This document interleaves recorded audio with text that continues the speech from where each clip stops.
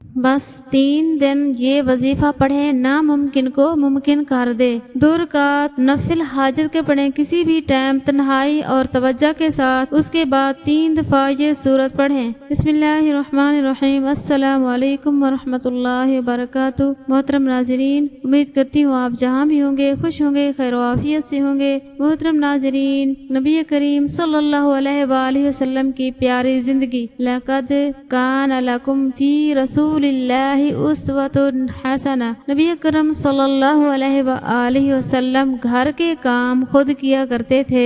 نبی اکرم صلی اللہ علیہ وآلہ وسلم گھر کے کام کاج خود کیا کرتے تھے، اپنے جوتے گانٹتے، اپنے کپڑوں میں پیوند لگاتے، اپنے اور بھی گھر کے کام کیا کرتے اور ازدواج مطہرات کے ساتھ گوشت کاٹتے تھے۔ حضرت ابو ہریرہ رضی اللہ تعالیٰ عنہ سے روایت ہے کہ رسول اللہ صلی اللہ علیہ وآلہ وسلم نے فرمایا، تم لوگوں کا کیا خیال ہے کہ اگر کسی کے دروازے پر کوئی نہر ہو جس سے وہ ہر روز 5 مرتبہ غسل کرتا ہو، کیا اس کے جسم پر کچھ میل بھی باقی رہے گی؟ لوگوں نے کہا، کچھ بھی میل باقی نہیں رہے گا۔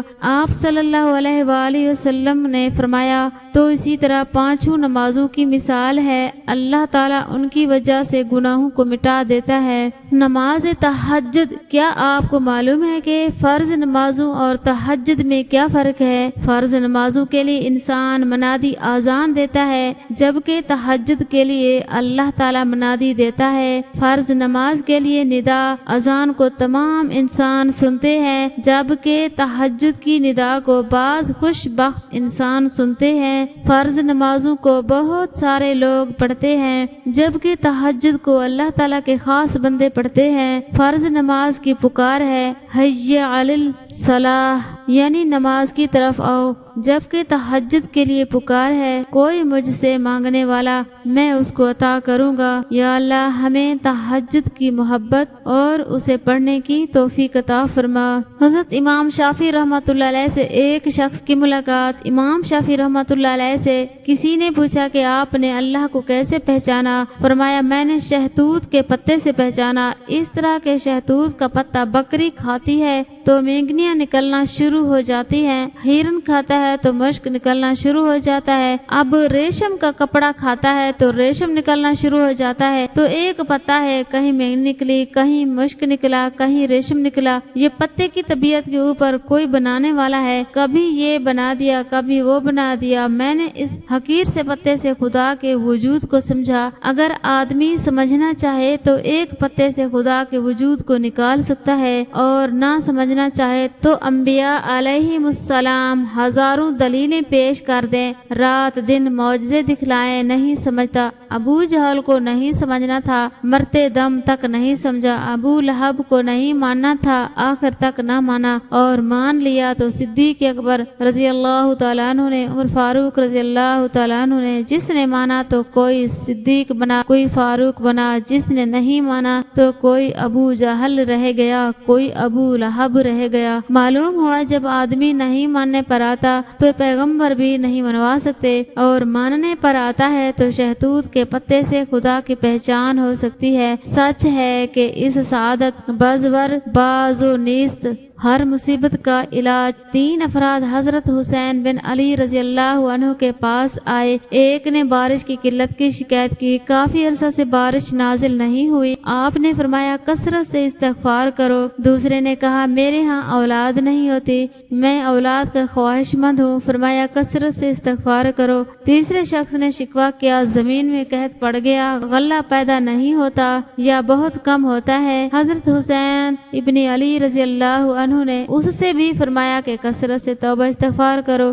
آپ کے پاس جو لوگ بیٹھے تھے انہوں نے عرض کیا، نواسۂ رسول صلی اللہ علیہ وآلہ وسلم، تینوں افراد مختلف شکایت لے کر آئے، مگر آپ نے ایک ہی جواب دیا۔ فرمایا، کیا تم نے اللہ تعالیٰ کا فرمان نہیں پڑھا ہے؟ اپنے رب سے اپنے گناہ بخشواؤ اور معافی مانگو، وہ یقیناً بڑا بخشنے والا ہے۔ وہ تم پر آسمان کو خوب برساتا ہوا چھوڑ دے گا اور تمہیں خوب مال و اولاد میں ترقی دے گا اور تمہیں باغات دے گا اور تمہارے لیے نہریں نکالے گا۔ کھجور اور شہد، اجوا کھجور جنت کے پھلوں میں سے ہے اور زہر کے لیے تریاق کی طرح ہے۔ ربی بن خصیم کہتے ہیں کہ میرے پاس زچہ کے لیے تازہ کھجور اور مریض کے لیے شاہد کے سوا کوئی علاج نہیں۔ اور ابو صالح رحمۃ اللہ علیہ فرماتے ہیں کہ چوتھے دن کے بخار کے لیے گھی اور شاہد دودھ کو ہم وزن ملا کر پیا جائے۔ ایک حدیث میں ہے بخار جہنم کی حرارت سے ہے، اسے پانی کے ساتھ ٹھنڈا کر لیا کرو۔ حضرت علی رضی اللہ عنہ حضور صلی اللہ علیہ وآلہ وسلم کا ارشاد نقل کرتے ہیں کہ شاہد میں برکت رکھی گئی ہے اور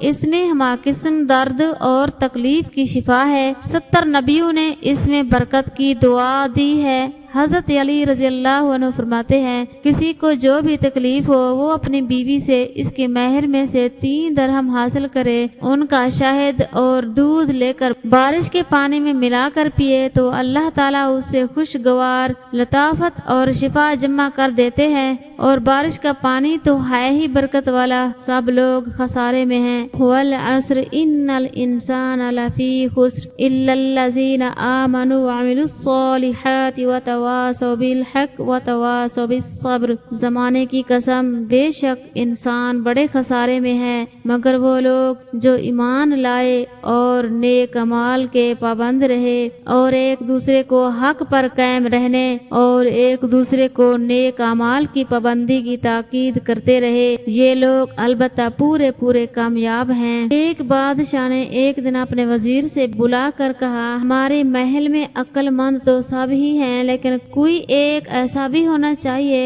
جس کے عجیب و غریب سوال و جواب سن کر ہم فارغ اوقات محفوظ ہوا کریں۔ وزیر نے بادشاہ سلامت کے حکم کی تعمیل کرتے ہوئے ایک بیوقوف محل میں تعینات کیا اور باقاعدہ اس کی تاج پوشی کی گئی، اور وہ خوف سبھی درباریوں اور بادشاہ سلامت کا دل خوش کیے رکھتا تھا۔ خیر وقت گزرتا گیا اور ایک دن بادشاہ سخت بیمار ہو گیا۔ جب طبیبوں اور حکیموں نے جواب دے دیا تو بادشاہ نے اپنے آخری وقت کی تکلیف اور پریشانی دور کرنے کے لیے بے وقوف کو طلب کیا اور اس سے کہا کہ آج تم سوال کرو اور ہم جواب دیں گے۔ بے وقوف نے پہلا سوال کیا جناب بادشاہ سلامت آپ اپنی موت کے بعد کہاں تشریف لے جائیں گے؟ بادشاہ سلامت نے جواب دیا اپنے مالک کے پاس۔ بے وقوف نے دوسرا سوال پوچھا جناب بادشاہ سلامت وہاں آپ کتنے روز قیام فرمائیں گے؟ بادشاہ سلامت مسکرائے اور کہتے ہمیشہ ہمیشہ کے لیے۔ بے وقوف نے اپنا تیسرا سوال پوچھا بادشاہ سلامت وہاں آپ نے